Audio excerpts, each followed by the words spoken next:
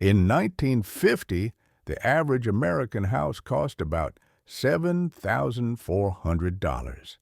And it wasn't a shoebox either. You got a full yard, real wood floors, and neighbors who knew your name. Today, that wouldn't cover the down payment on a used shed in most cities. In 1955, a gallon of gas cost 29 cents. That meant $5 filled your tank and left enough change for a Coke and a pack of gum. And you didn't pump it yourself. A young guy cleaned your windshield while calling you sir. The Chevy Bear hit the streets in '55, and it turned heads everywhere it went. Two-tone paint, chrome trim, V8 engine. It looked fast, just sitting still. Owning one wasn't just driving. It was showing the world you were doing all right.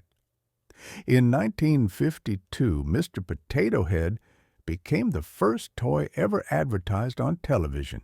Back then, you had to supply your own real potato. The plastic spud came later. Imagine handing a modern kid a raw potato and saying, "Here, play with this." In 1950, the U.S. population was just over 150 million, less than half of what it is today. Towns were smaller, streets were quieter, and you could actually recognize most of the faces at the grocery store. America felt big, but not too big. You didn't lock your doors in the '50s, not because crime didn't exist, but because folks trusted each other. If someone knocked, you invited them in. If they didn't knock, it was probably a cousin bringing back your ladder. Nobody worried. It was just different. Sunday dinner wasn't optional. The whole family showed up. Grandparents, cousins, the noisy uncle who told the same story every week. Roast beef, mashed potatoes, Jell-O mold no one liked. But everyone took a scoop of anyway. It wasn't about food, it was time. Drive-in theaters were at their peak in the '50s. You pulled up in your car, hooked the speaker onto your window, and watched a double feature under the stars. If you were lucky, the snack bar popcorn wasn't burnt, and maybe she held your hand. The interstate highway system didn't exist until Eisenhower signed it into law in 1956. Before that, road trips were a real gamble. You needed paper maps, extra tires, and patience. And if your car broke down in the middle of nowhere, well, hope you packed sandwiches.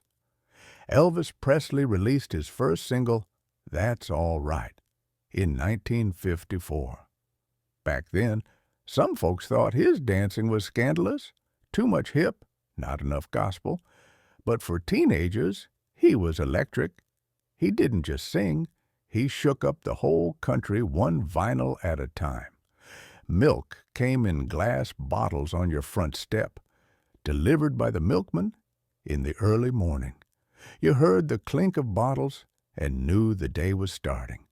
And if you were lucky, Mom let you peel the little paper lid off before breakfast. Every kid had a red radio flyer wagon or wanted one. It hauled everything, toys, pets, groceries, siblings, whatever. And when it rained, you flipped it over and turned it into a pirate ship, a fort, or a turtle shell. Imagination was the only upgrade. The average American family had one car, one TV, and one bathroom. And yet somehow everyone made it work. Siblings fought over the remote. Well, the dial. And taking turns wasn't optional. It was just part of growing up. The average annual salary in 1950 was around $3,200. And guess what? That actually went a long way. You could buy a home, raise a family, and still have a vacation once a year, even if it was just to Grandma's place. School lunches in the '50s weren't pizza pockets and chocolate milk. You got meatloaf, peas, a scoop of mashed potatoes, and a tiny carton of milk. And you ate it without complaining, because the lunch lady looked like she bench-pressed sacks of flour for fun. In the early 1950s, television antennas popped up on rooftops across the country. Families climbed onto the garage with a wrench and a prayer, trying to aim it just right. One turn too far and you got static just right. Crystal clear, I Love Lucy.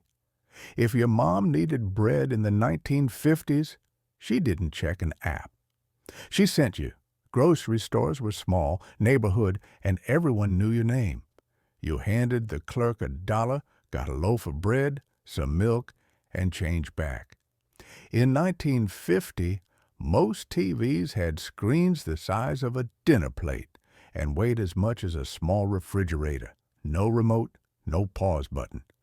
If you wanted to change the channel, you had to get up. And Dad always made you do it. The first Waffle House opened in 1955 in Georgia. It was tiny, cheap, and open 24/7. Truckers, teenagers, and early risers all found a home at the counter. It didn't matter who you were. If you liked waffles and coffee, you had a seat. In 1953, the first successful open-heart surgery using a heart-lung machine was performed. It sounded like something out of science fiction. Stopping the heart, fixing it, and starting it again. But it worked, and it changed what doctors believed was possible. House keys were shared with neighbors going out of town. You gave yours to the Johnsons next door so they could feed the cat. No alarms, no cameras, just trust, and maybe a pie waiting on the counter when you got back. Kids in the 1950s played outside. No phones, no tablets, no Wi-Fi, just stickball, bikes, and coming home when the street lights flicked on. You knew every kid on your block, and somehow nobody ever got bored. Coca-Cola still came in the glass bottles, and the vending machines only took nickels. You slid the bottle out of the cooler, popped the cap, and the first sip practically burned. Cold, fizzy, perfect.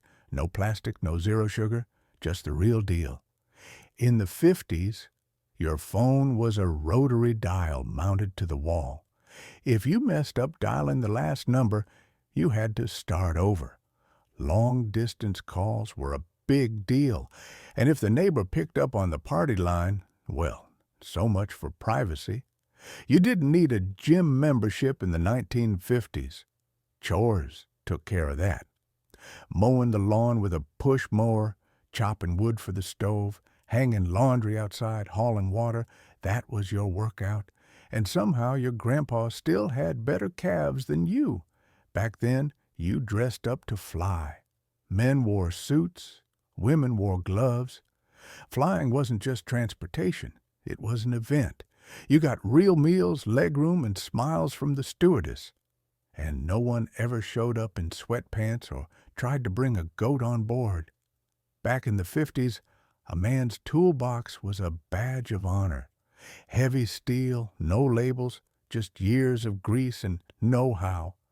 You didn't throw things out, you fixed them. And if your neighbor's mower broke, you didn't call someone, you walked over and helped. Polio was still a real fear in the early 1950s. Kids were told not to swim in public pools during outbreaks. Then in 55, Jonas Salk's vaccine came out, and it was like the whole country let out a breath it had been holding for years. If your family had a station wagon, you were living good.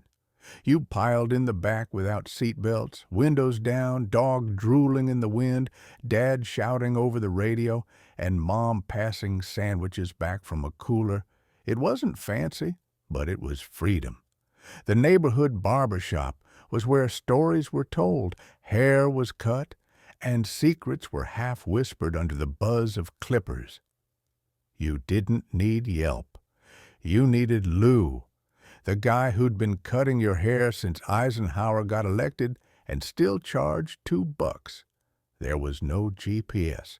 If you got lost, you stopped and asked for directions, and someone actually helped you, usually with a pencil and a napkin. You trusted strangers, and somehow they didn't steer you wrong just for laughs. When the ice cream truck rolled down the street, kids didn't just smile, they sprinted barefoot, quarters in hand, screaming for bomb pops and drumsticks. No one cared about sugar content, just that first bite. Half melted, sun on your face, and sticky fingers all afternoon.